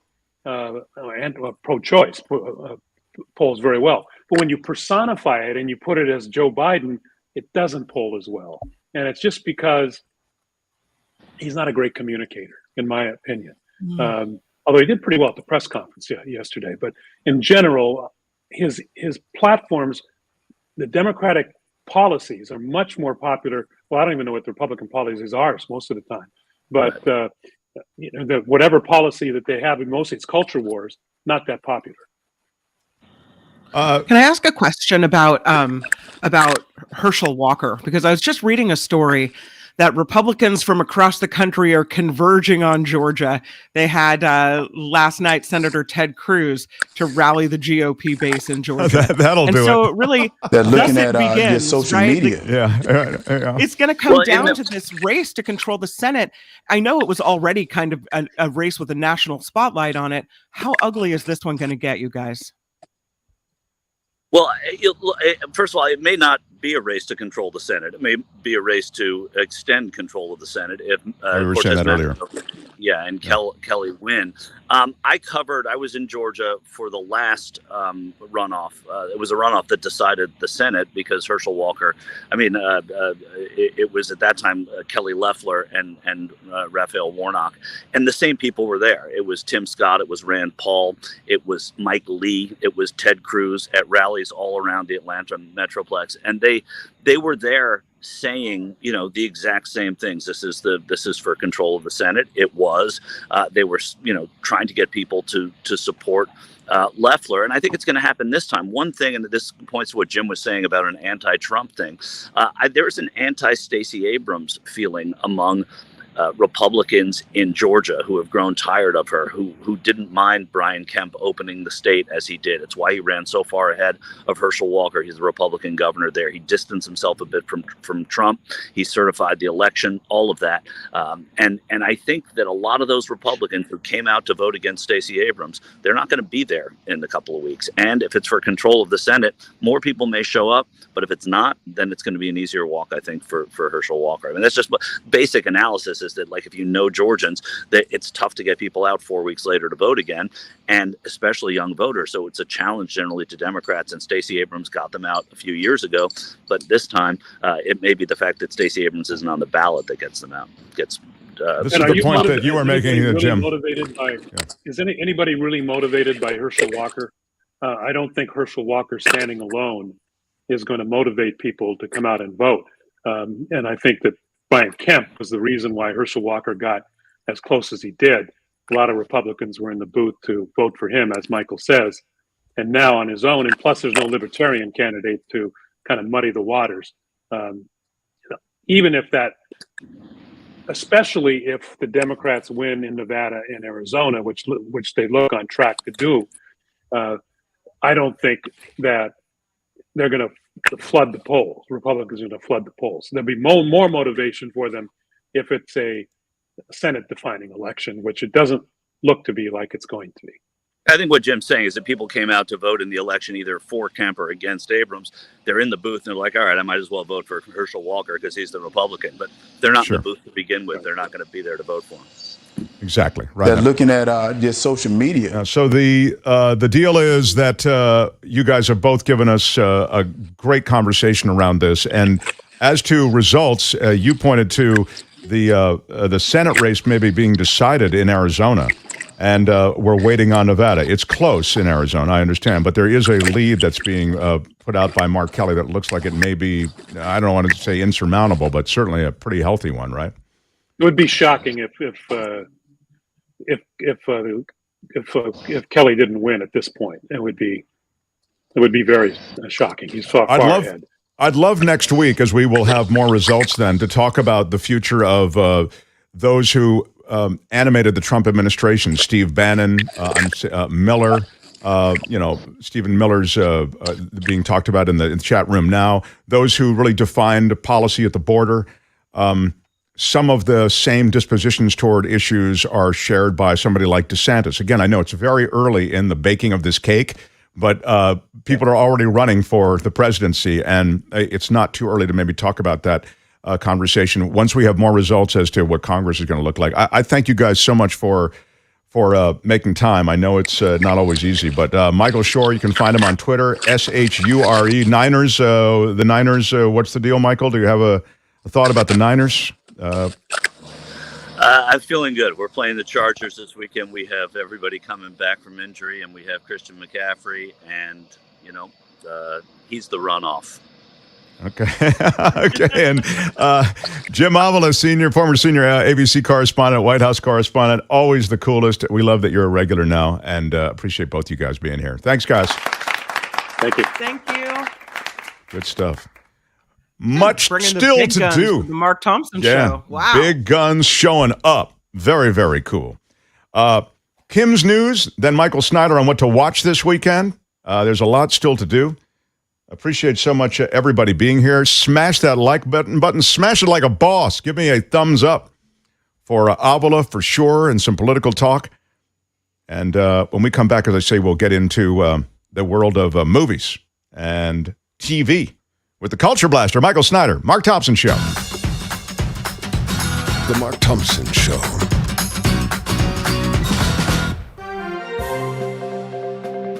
On the Mark Thompson Show, I'm Kim McAllister. This report sponsored by tax attorney Steve Moskowitz at 888-TAX-DEAL. President Biden says the United States will help make a global transition to a low-carbon future.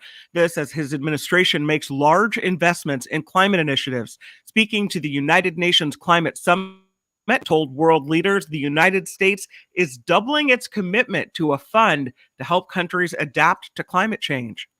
Republicans from across the country converging on Georgia, showing their support for Senate candidate Herschel Walker. The former NFL running back will face Democratic incumbent Raphael Warnock in a runoff election after Tuesday's midterms failed to produce a clear winner. As mentioned, Texas Senator Ted Cruz was there last night to rally the GOP base.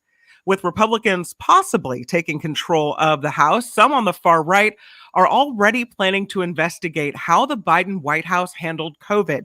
That includes Congressman Chip Roy of Texas, who says they masked up our healthy children and kept them from going to school. In doing so, says Roy, that set them academically back a generation. The head of the Customs and Border Protection is reportedly being pressured to step down in the face of growing criticism about the situation at the border. CNN reporting Homeland Security Secretary Alejandro Mayorkas has asked Commissioner Chris Magnus to leave his post. Magnus telling the LA Times, though, he's planning to stay on. Magnus, of course, the former police chief of Richmond, California.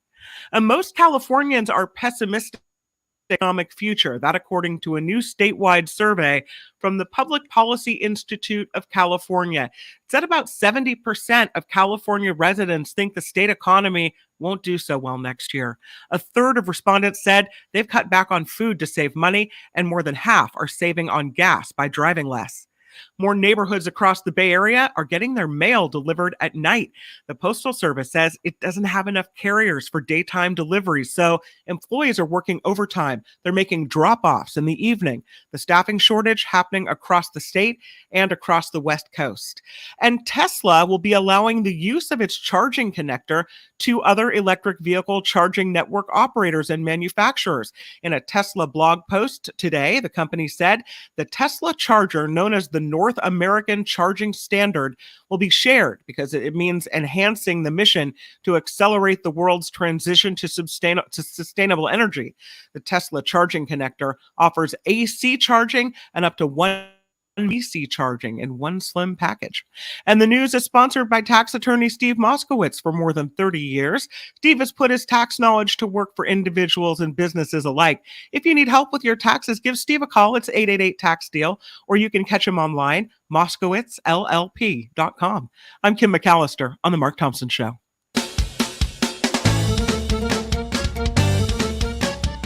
The Mark Thompson Show. Why are you yelling?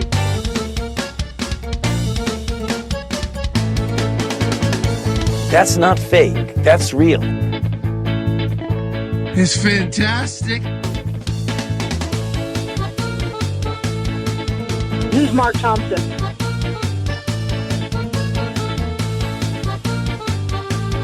Hey, which one do you use, Mark Thompson?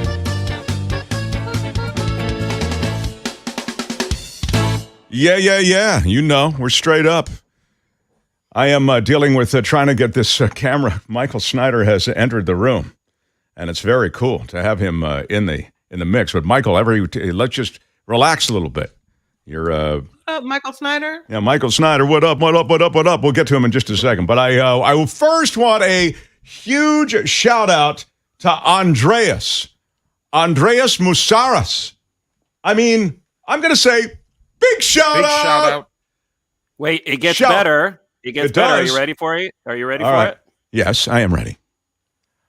Andreas with a second hit. Come on, Andreas Musaras. Wait, it gets better. Are you ready for it? Yes. Andreas Musaras with another hit. Wait. Hold on. Yes. What? Andreas again? I mean, come on. All right. I'm not going to, but I feel like I might. I'm not going to cry, but I'm close, Andreas. I'm not going to cry. Andreas. That's $50. That's so cool. Thank you, my friend. That's not fake. That's real. That's not fake. That's real. Exactly. Walter Nobrega for $9.99. Shout out to Walter. Thank you so much. Thank you so much. Yeah, give you the Dan Ashley. Aloha, Thank you so Walter. much. Mark DeLeon, $4.99. Thank you, Marcus. Thank you. Really cool. Thank you. Karen Q with a $2.99 super sticker. Thank you very much. Come on, baby. Love it. Can we get a mug with your mug on it? Asked Jim Riley. Well, we haven't developed that yet. Why don't you just text it? Yeah, you couldn't get a mug with that. Why don't you just text it on it? It might be in the offing, but if there's enough demand. Debbie Constantino says, we're so thrilled to see my pick wearing my KGO and Exile t-shirt. Y'all rock, yeah. Oh, you rock, Debbie. Thank you. You do, and you rock the shirt so beautifully, baby. Loved it. Showed it yesterday. I have another pick from It's pretty great. This is from Vince Vasquez. Can you put that up there, Tony? There's Vince. Can you see him with the KJO in Exile t-shirt? That's his fight group that he does regularly. And he's rocking the KJO in Exile t-shirt, just like the one you see behind me. Love it, Vince. You look good, baby. You look good. Don't mess with Vince. Don't mess with him. Big shout out. Yeah. Really awesome. Thank you, Vince. Thanks, everybody. Wow, Andreas, that was really a great showing. You can leave us super stickers, super chats, all those ways to support us. And if you're watching in replay, which I know a lot of you are, I will remind you that please hit the heart button. I say smash it like a boss. Smashed it with your iron rod. And then you can, if you so want, you can go up right under the picture and there's a heart with a $sign and you can smash that for whatever donation amount you want. Smash. If you want to. Smash. Yeah. Absolutely smash. All right, smash. there you go. So there's a lot of smashing going on. All the merch site is open 24 hours a day. We actually just had a conversation. I was talking to the merch people last night about other stuff coming. So a lot of fun, though. KJO in Exile t-shirts, limited edition. So I would get one while you can. This guy comes and goes on a rainbow. They call him the Culture Blaster, the man who covers news. He covers the news of the TV, the movies, the music. He's Michael Snyder. Hi, Michael Snyder. Hey, good morning, everybody. Hi, Mark. Hello, Kim, John, Tony, all the ships Kim, how are you? at sea. Thanks, Tony. Fabulous producer, John Daly. Mrs. America, the entire nation. I'm happy to be here. Regarding certain unimaginable results from the midterm elections, stupid fears and abhors smart. Stupid hates it. And there's a lot of stupid in America, so I think that explains part of that. But it explains a lot of movies that come out too, Michael. Hey, I know that. But hey, before we go any further, props to all who have dedicated their lives to the defense of freedom. Our simple thanks will never be enough. That's you are so remembered and honored on Veterans Day. Veterans Day, baby. And, I may be a hipster weasel. I may be a night crawler and what have you. But I have family connections to the military, and I'm very proud and honored about that. My ex's dad, Colonel Dave, was an advisor to the Joint Chiefs of Staff. Wow, look at you, Michael. My brother, David Snyder, I believe he was a lieutenant commander in the Navy. He was an Annapolis grad. What? That's right. And, what we like to say in the family is he's NATO, I'm boho. That's how we kind of separate the two of us.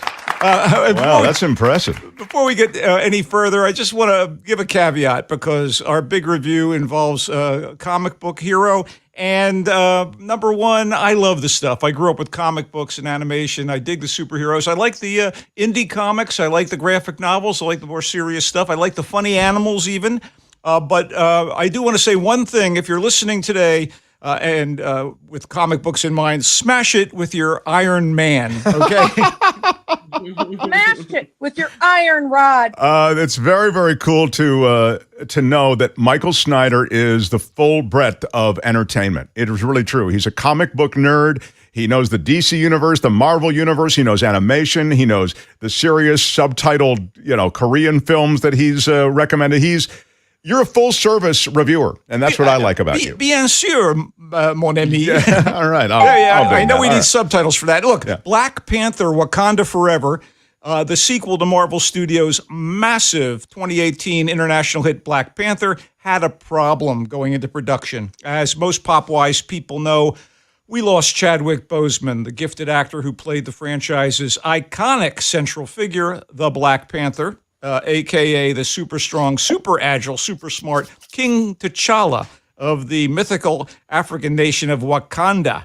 And rather than recast the character, who, by the way, was created in the 60s by socially conscious white guys, Stan Lee and Jack Kirby, rather than recast after such an inimitable and unimpeachable performance as T'Challa in a handful go ahead. In a handful of Marvel movies, including the Avengers blockbusters, writer-director Ryan Coogler, and here's the sidebar, the Oakland native whose indie hit Fruitvale Station got him rolling and who subsequently brought Wakanda to the screen in Black Panther, he starts his sequel with the off-screen death of the noble and beloved king. Then Coogler shows us the impact of that passing on T'Challa's mother, the Queen, played by Angela Bassett, his tech whiz sister, Shuri, played by Letitia Wright, his honor guard, the Dora Milaje, led by warrior woman Okoye, played by Danae Guerrera, his love interest Nakia, played by Lupita Nyong'o, and other friends and allies. With all the principal actors having played opposite Boseman in the previous Panther movie, the emotion they each bring to the proceedings has to be painfully real, tears and all, and it's up there on the screen, leavening the usual bombast you get from a superhero movie. Although, let's be fair, the action set pieces that occur throughout the movie are thrilling. Anyway, regarding said action, the outer world has been made aware of the once hidden Wakanda, a bastion of super science and the ridiculously valuable near magical element vibranium. And the members of NATO, callback, the members of NATO won in on the technological advances and especially the vibranium, stirring up potential international incidents. Lo and behold, it turns out that there is another hidden nation with its eye on Wakanda, the Atlantis-like underwater kingdom of Talokan, led by its own king, longtime Marvel villain turned anti-hero Namor, who's a super strong guy who can breathe underwater and also has wings on his feet like Mercury, no lie, that allow him to fly. So isn't this the Scientology story too? Also, this is, yes, I believe. Kind of seems similar. Anyway, go ahead. Xenu actually handed this review down to me from One High.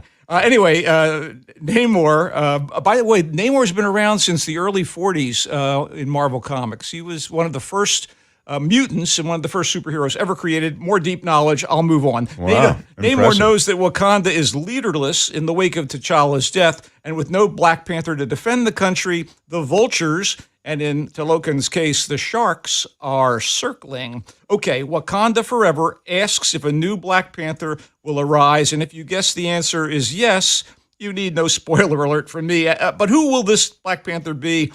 Coogler's world building is astonishing, aided by top-shelf computer artists, while informed by his creativity and his knowledge of Marvel Comics history and characters.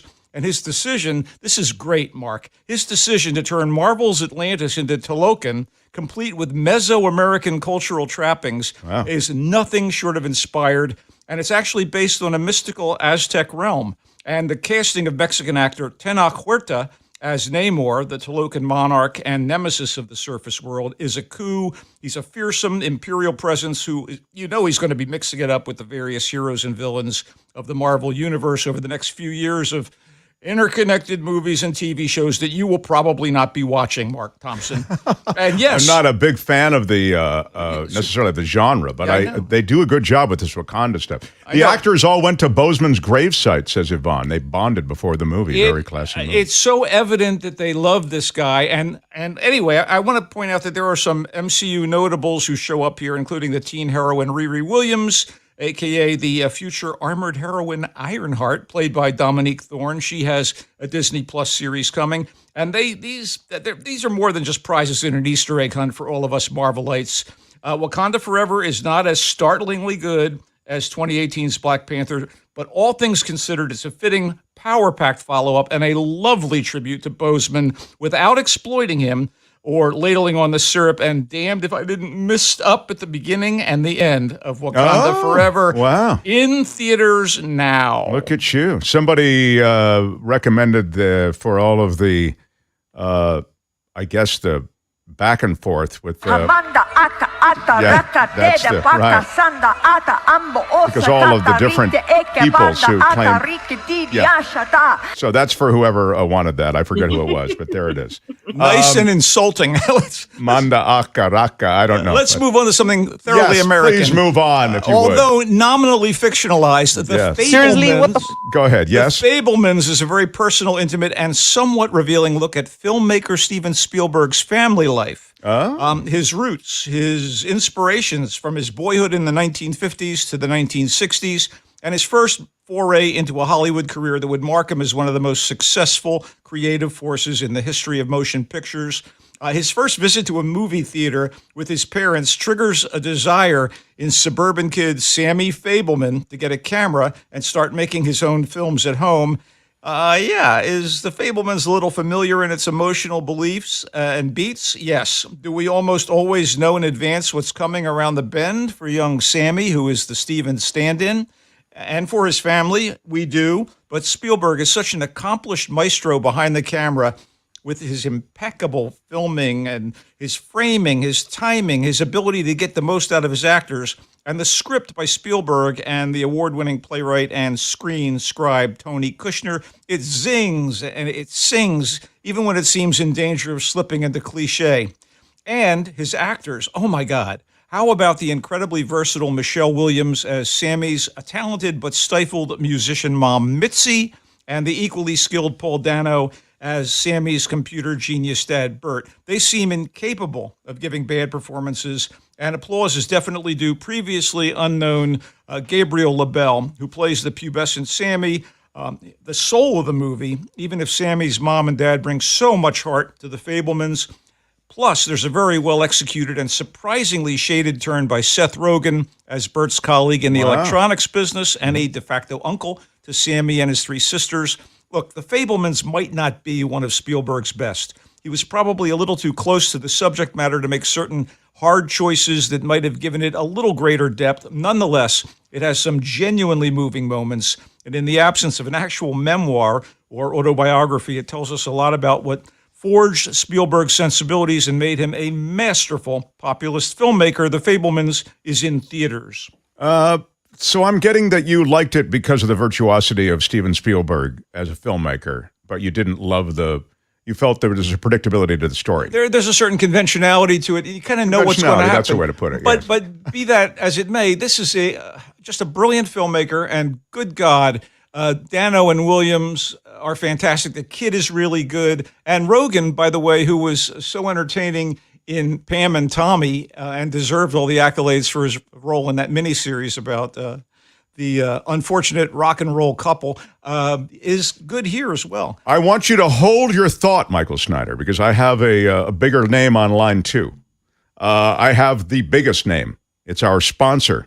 So if you would stand by for 1 second, Michael, I will come back to you in just a moment. I don't want to leave you hanging. But The Mark Thompson Show. We want to welcome Steve Moskowitz because he is our guy. And he makes, frankly, he makes the signals happen. Makes the and we're excited that he is a sponsor because he's the real thing. I mean, he's not just not just a sponsor. He's a friend, an ally, and he can be your friend and ally in the world of taxes and tax representation. And so I consider him an elite sponsor in that way because of his credibility and his hard work and effectiveness in representing people across America in various tax issues. So Steve joins us now. Steve, welcome. And I know we were talking about ERC last hour because it represents such a great opportunity for people to get government money. Did you want to continue talking about that, or we can, it's whatever you want? I sure would. It's such a big deal. For example, right before I joined you the second time, I was talking with a potential client, and he's the example of what I was talking about, where his numbers didn't go down by the required amount, but he qualified under supply chain disruptions. And there's a series of tests here, and you can have a situation where you lose your revenue goes up, but you're losing customers because people's costs went up so much that businesses had to raise. We all know about inflation, that they had to raise their fees, and they lost a lot of business, and they can point to it. And the bottom line is that's why we have to consider all the factors, not just the easy test, but the sit down and for example, one of the things he's doing right now is getting me the proof that he has, and we're going to talk again. And this makes all the difference in the world between not getting the money and getting it. And again, like we also talk about, the two extremes you want to avoid are the firms. There's an awful lot of them. And again, a lot of CPAs are doing this. And again, as you know, I was a CPA before I was a tax attorney, but the numbers are so easy. Either you make a number or you don't. It's the facts and circumstances test. It's really, difficult. You have to work on it to determine, do you think it qualifies?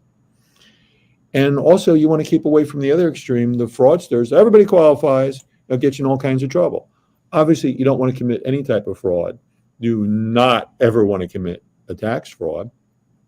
But the bottom line is, on the other hand, you want to take everything to which you're legally entitled. And that's what we're all about. And that's why we want to talk to people that have businesses and employees, because even if they were told they don't qualify because their gross revenue didn't drop enough, we still want to talk to them and see, because the law says either or. Do you qualify? If you don't, we'll tell you why. I told that to somebody yesterday. I'm sorry you don't qualify. And here's why. But if you do qualify, and a lot of people do, let's get everything to which you're legally entitled. Don't leave that money on the table. And God forbid, don't go to a fraudster either. And if you're a sole proprietor, I mean, you may feel as though, this ERC only applies to those with employees, but there are ways to get that ERC money, even as a sole proprietor. And that's common. For example, a lot of people, it could be a one-person show, they incorporate, and then they become an employee of themselves, and that would qualify them. They got a W-2. Yeah. You can reach Steve at 888-TAX-DEAL, 888-TAX-DEAL, 888-TAX-DEAL. Also online, MoskowitzLLP.com. You spell Moskowitz, MOSKOWITZ. You spell LLP, LLP. MoskowitzLLP.com. He's Steve Moskowitz. Have a great weekend, Steve. We love you. Thank you, pal. You too. Yeah, good times from Steve. Hey, which one do you use, Mark Thompson? Who's Mark Thompson? The Mark Thompson Show. One more time for Michael Snyder, the Culture Blaster, who's here. Michael, we just are kind of, you just did the Fabelmans. Can you give me one more? Sure. I had lower expectations, which may be why I was pleasantly surprised by how much I tolerated. That's right, tolerated. No, even enjoyed Spirited, a sort of offbeat take on Charles Dickens' A Christmas Carol. That's right, another one. Only here as a musical comedy starring, get this, Will Ferrell as the ghost of Christmas Present, and Ryan Reynolds as the wildly amoral corporate public relations consultant that the ghost and his comrades are assigned to haunt and reform.